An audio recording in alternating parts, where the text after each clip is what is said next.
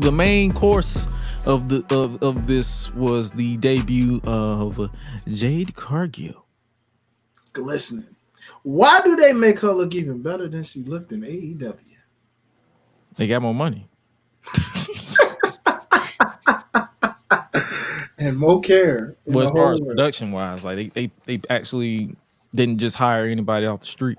So facts. But this promo, it was a straight to the point promo. She was like, "Yo, this is my show now. It's about damn time." She didn't say that bitch show no more. It's like she's now the Storm.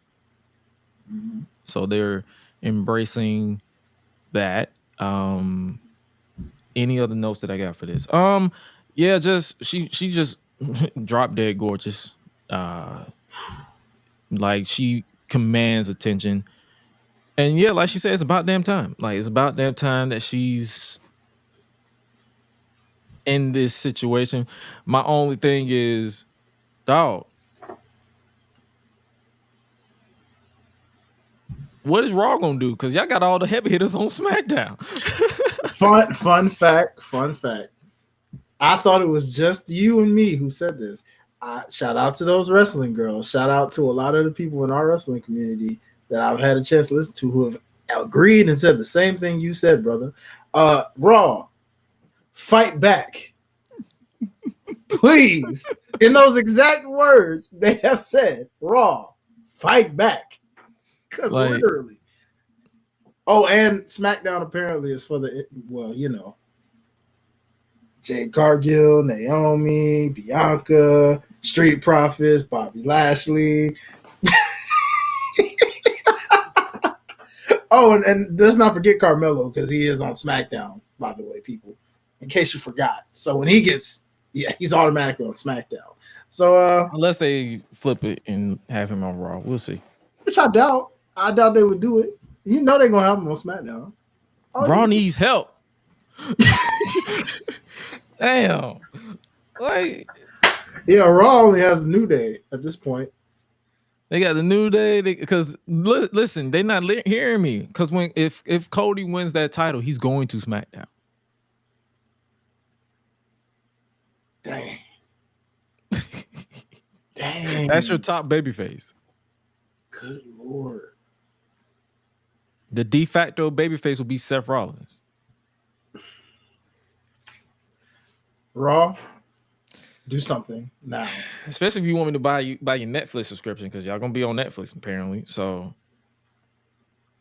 do something now. Now. Hit the big red, hit the emergency glass, the big red button, all that. Send in the troops because you need them badly. Badly, man. Come on, man. Like, y'all fight back, nigga. Fight back. Fight back. Good Lord. But your thoughts on Jade Cargill so far before we get to the bread and butter of the hype? Her presentation, all that. Oh, I love it, man. The entrance was top tier, bro. Like, just it really gave a true superhero vibe. And the production, man, it just continues to the new production, like, just continues and continues to show up and show out. I'm loving the different angles. I'm loving the cuts. I'm loving, you name it, bro. Like, and I'm not as a high production analyst like you are, brother, because I know that's what you do. I do a different type of production in terms of, where I'm at, but like with just the things that I know that you also notice and recognize, that it shows, bro. And I'm loving everything that has to do with Kevin Dunn being gone and away. Thank you for this new level of production from both shows, because this is awesome. Period. Hey man, I'm here for it. I'm here for it. And speaking of being here for it, let's talk about that closing segment. That closing segment. We're gonna go from the appetizer to the main course. Mm-hmm. Let's do it. Man, oh man, oh man. So of course, Bianca Belair defeated Dakota Kai, and a solid main event, which is pretty much the main event to me, because I think that was the close. Yeah, that was the closing shot. So the main event, And obviously, Damage CTRL came out and started attacking and got the one up on Naomi and Bianca. Oh, shout out to Naomi for the Baps reference with the booyah. If you've never seen the movie Baps with Halle Berry and Natalie, go watch it. Trust me, it's a hood classic, if you will. I'm still trying to find it myself. My mom loved Baps. Like that's one of those movies she just kept putting it on because she loved it. I Like agree. that was one of her favorite movies, and I grew to love it myself because, of course, when your mother plays something, you're gonna learn to love it yourself.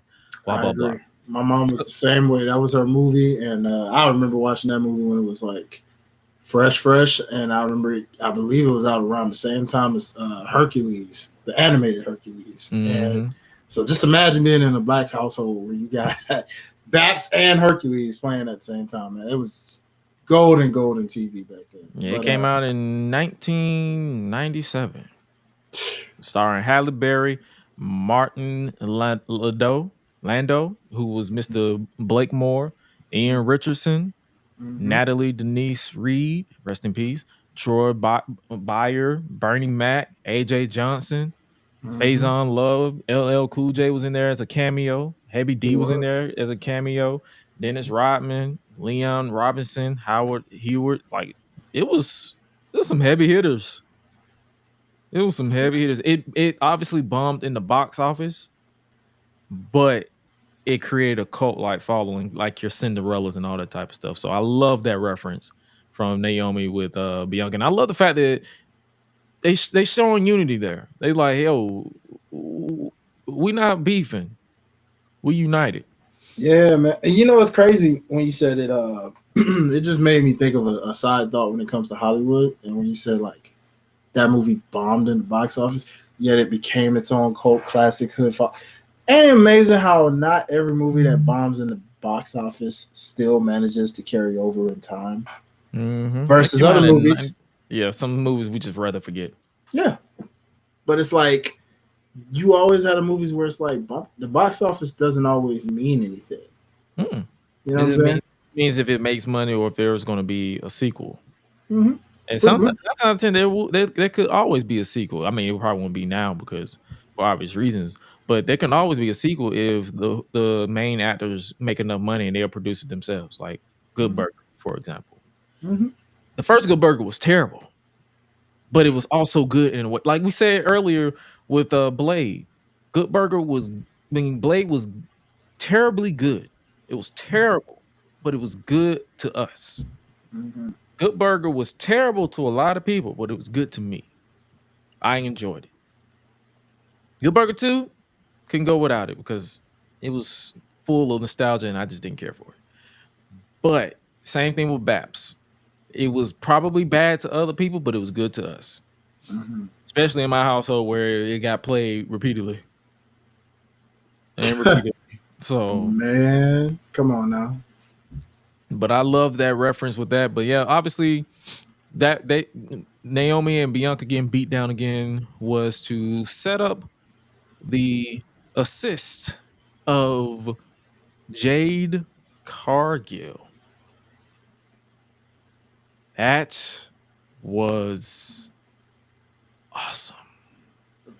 Man, tell me about it, brother. And ironically, I mean, I'm pretty sure everybody could realistically say they saw it coming because it was like, I felt like, I was like, it's very apparent Jade's going to likely be this fourth person because not just because it was given that vibe, but because when you look down the roster, you're like, well, it won't be Tiffany. Why would she want to team up with these two to stop Damage CTRL?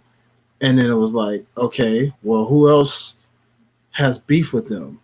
And I thought about those little seeds of Jade with EO back there backstage. We're looking at that title.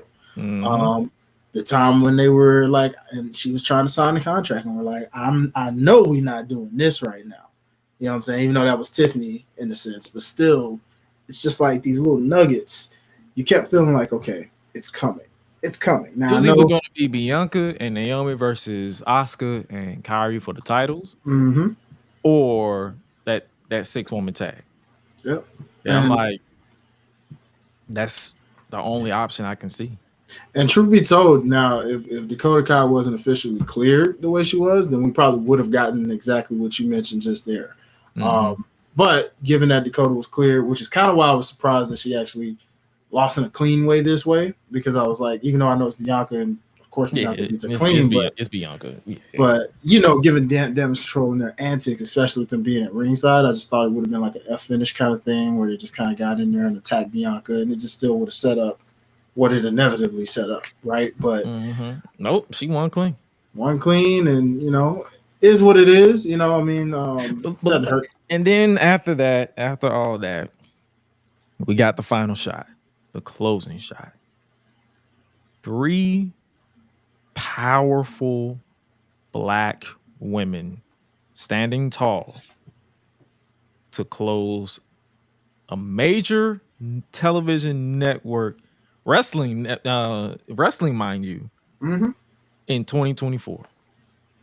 And let's not forget the other powerful shot, which I'm sure you have, of them pointing at that very WrestleMania side. Boom. And that right there, if you are a young black woman seeing that image right there, if that doesn't already tell you to say, Ma, I want to go be a wrestler. And you can actually say that in modern day and it's not a laughing stock. Like you literally can, you got Bianca with Love in WWE, where you got parents that have seen this, that are casuals.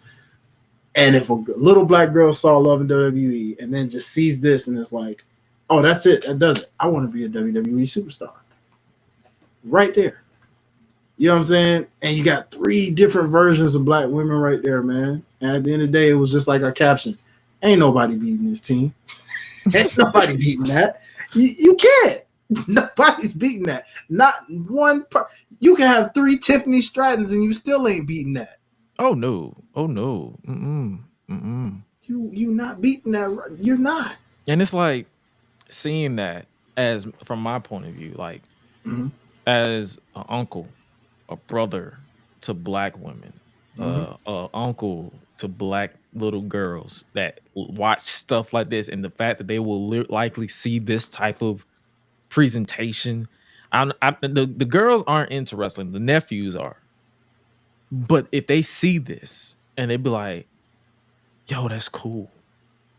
Jade looking like a superhero, looking like freaking Storm, Bianca looking like a powerhouse, Naomi being this powerful and glowing, like the importance of that is palpable and game changing.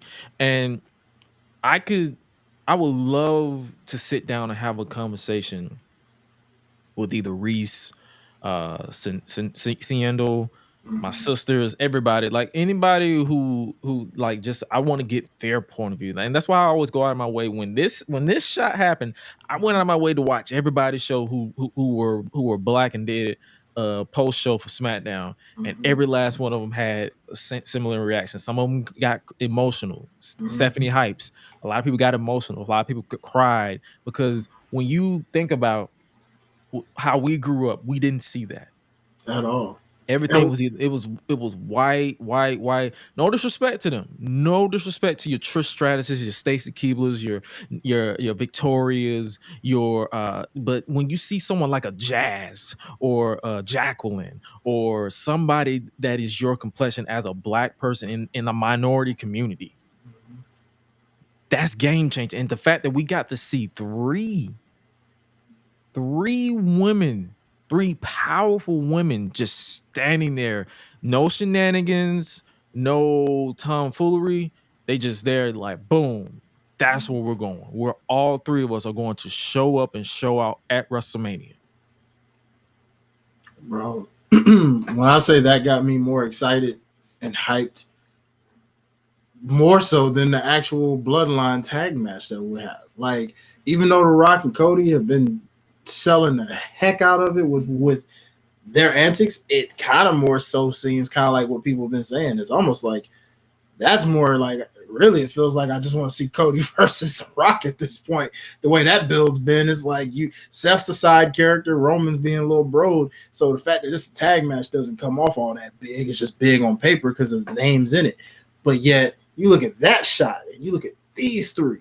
You know Naomi's resume. You know Bianca's resume. We just went on it. We went on the road talking about that weeks ago and her resume. And we know Jade's resume coming out of AEW from the last company she was with. So the three of these women together with their single-handed accomplishments together in this type of trio on that level of stage with that level of crowd and that level of production, oh my God, bro. And to see them on the grandest stage of them all, man, after what we just talked about reviewing this show, this throwback show with Booker T's of the world and how he was being looked down on pretty much,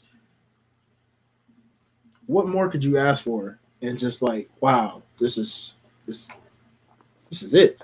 This is why we love wrestling. Yeah. Right here. This is it. But yeah.